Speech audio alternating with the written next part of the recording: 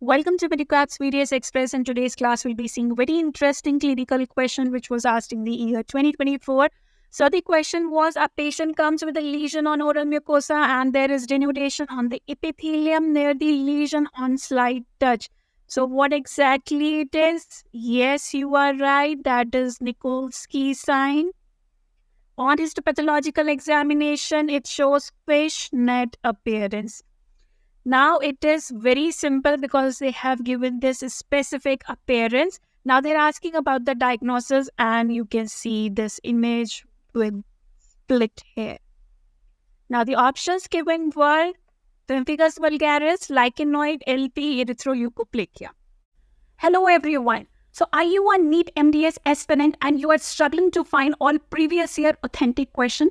What if I tell you that you will get everything in just one book? My book is out on Amazon and Flipkart. Just check the video for description. It contains all the solutions along with the reason to rule out for your convenience.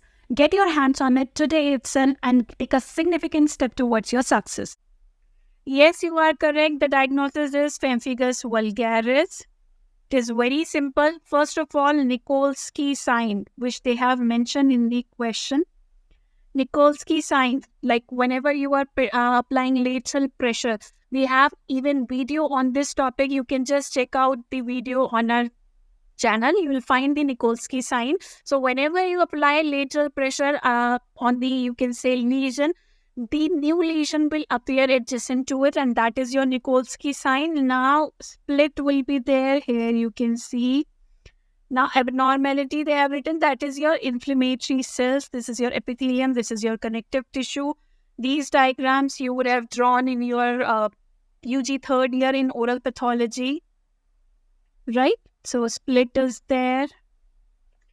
Now classic immunofluorescence, that is fishnet appearance, classic of pemphigus vulgaris, fishnet appearance, right? So the correct diagnosis is pemphigus vulgaris, and this is how they appear in oral cavity. Okay, so since it is a, you can say, blistering disease, eyelid lesion will have blisters, but in oral cavity, there are high chances that these blisters, they'll get ruptured. So flaccid blister will be there, and then erosion. So at this stage, you'll see your patient. So you just need to be sure about the symptoms and the history and all those things, and histopathological diagnosis will confirm pemphigus vulgaris, and this is how cutaneous appearance will look like. Again, erosions only you can see. Hardly in any patient you'll see, you can say, pemphigus vulgaris at blister stage. What we see in clinic is this skin erosions, okay, or flaccid blister. Now coming back to our question, so the next thing was lichenoid reaction. In lichenoid reaction, there will be infiltrate of lymphocytes, and there will not be any Nikolsky sign present.